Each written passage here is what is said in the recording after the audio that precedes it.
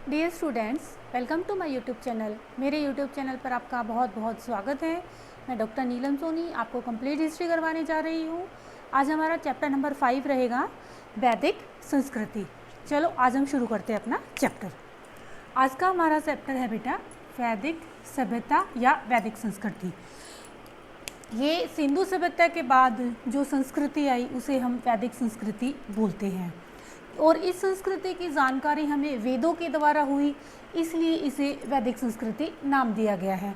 यहाँ के या इस सभ्यता के जो प्रवर्तक थे वो अपने आप को आर्य कहते थे, इसलिए इस संस्कृति को आर्य संस्कृति भी बोला गया है। अब ये जो संस्कृति है इसके जो मूल निवास स्थान है उसमें अलग अलग लोगों ने अलग अलग जगह बताई है, जिसमें सबसे पहले आता है यूरोप। फिलिपो सेसेटी और मैकडोनल्ड कहते हैं कि ये जो संस्कृति है ये इनका मूल निवास जो है वो यूरोप था। राजबली पांडे कहते हैं कि यूरोप नहीं मध्य देश इनका निवास स्थान था। गंगानाथ झा कहते हैं कि इन लोगों का निवास स्थान ब्रह्म ऋषि देश था, लेकिन कुछ लोग इनको कहते हैं कि ये सप्त सैंधव प्रदेश से इनका मूल निवास स्थान था, जहाँ पे 7 नदियाँ थी। वो कहते हैं अविनाश चंद्र और संपूर्णानंद।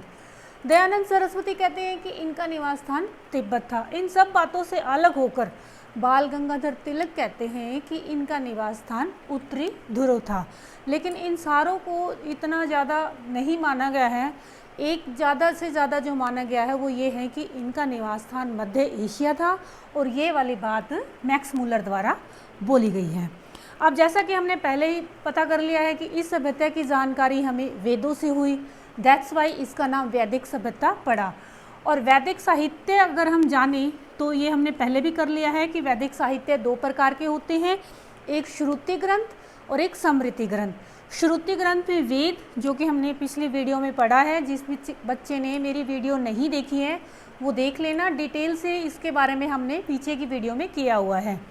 तो श्रुति ग्रंथ में आता है वेद, जो कि 4 होते हैं, ऋग्वेद, सामवेद, यजुर्वेद और अथर्ववेद। फिर आता है ब्राह्मण। ब्राह्मण जो है वो 14 होते हैं, 14 ब्राह्मण हैं। उसके पश्चात आरण्यक, जो कि 7 आरण्य ग्रंथ 7 बताए गए हैं, और इसके पश्चात उपनिषद, जो कि 108 उपनिषद ग्रंथ बताए गए हैं। श्रुति ग्रंथों के पश्चात आते हैं स्मृति ग्रंथ। स्मृति ग्रंथ में भी 4 टाइप के ग्रंथ हैं। एक है वेदांग, जो कि 6 होते हैं, वेदांग 6 होते हैं। नेक्स्ट है स्मृति। वैसे मूल रूप से 36 स्मृति बताई गई है, बट जो ज़्यादा इम्पोर्टेंट है वो 6 स्मृति ज़्यादा इम्पोर्टेंट है। नेक्स्ट है महाकाव्य यानी कि रामायण और महाभारत। फिर आते हैं पुराण जिससे राजाओं की वंशावली का पता चलता है, और पुराण टोटल 18 है। तो इन साहित्यों से ही इस वैदिक सभ्यता की हमें जानकारी मिलती है। वैदिक सभ्यता के पीरियड को 2 भागों में बांटा गया है, या वैदिक काल को 2 भागों में बांटा गया है। वैदिक काल, एक तो ऋग्वैदिक काल या पूर्व वैदिक काल, और दूसरा आएगा उत्तर वैदिक काल। बट आज हम ऋग्वैदिक काल कर रहे हैं। ऋग्वैदिक काल में टोटल 25 नदियों की जानकारी है, लेकिन 7 नदी, जिसमें सिंधु, सरस्वती, सतलुज, व्यास, झेलम, चिनाब और रावी नदी, 7 नदियों का जिक्र ज़्यादा है, जिसमें से सरस्वती नदी को नदियों की माता बोला गया है, पवित्र नदी बोला गया है। इन 7 नदियों के अलावा 4 और नदी जो कि अफ़गानिस्तान की बताई जाती है। अफ़गानिस्तान, ये 4 नदी हैं, सुवास्तु, कुंभा, कुरुम, गोमती। ये चारों नदियाँ अफ़गानिस्तान की नदियाँ बताई गई हैं। जो ऋग्वेद हैं, जो फर्स्ट वेद हमारा ऋग्वेद है, उसमें टोटल 10 मंडल बताए गए हैं, जिसमें से दूसरा मंडल और 7वां, ये दोनों जो हैं वो मंडल बाद में जोड़े गए हैं।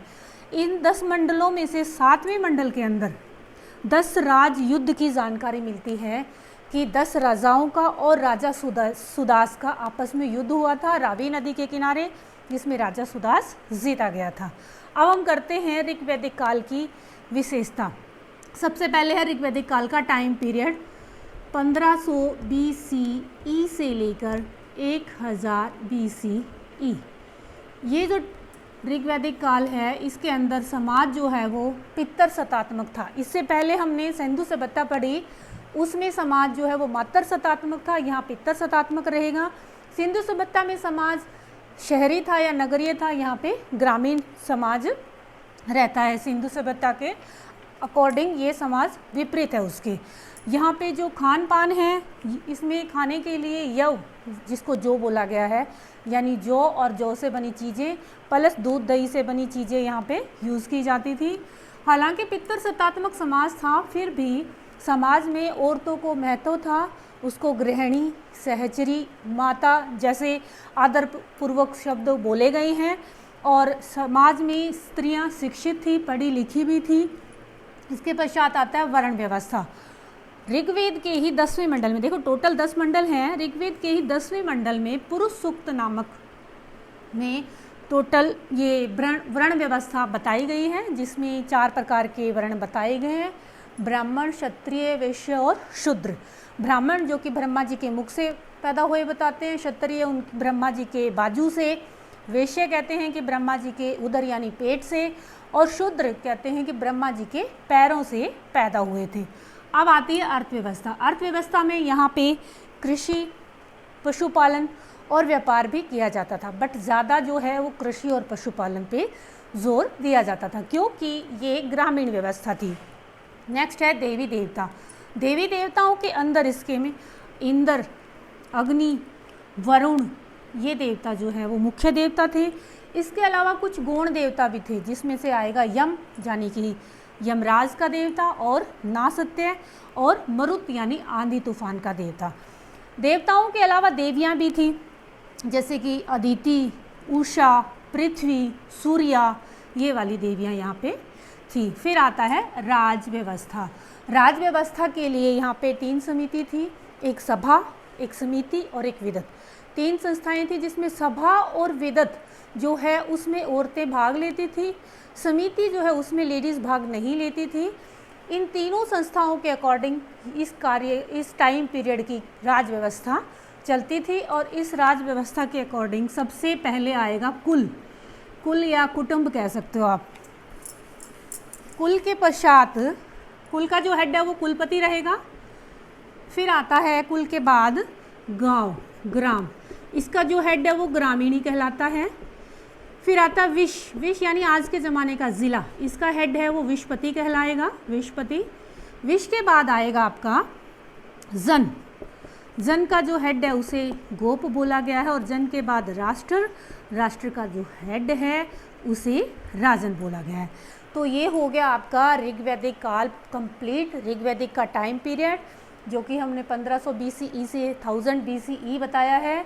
ऋग्वेद की विशेषता और इस वेद को जानने के ग्रंथ और इस पीरियड के जो लोग थे, आर्य लोग थे, उनके निवास स्थल, इतना हमने इस वीडियो में किया है। नेक्स्ट वीडियो में हम उत्तर वैदिक काल करेंगे। आज के लिए इतना ही। मेरा वीडियो कैसा लगा वो ज़रूर बताना। जय हिंद, जय भारत, थैंक यू।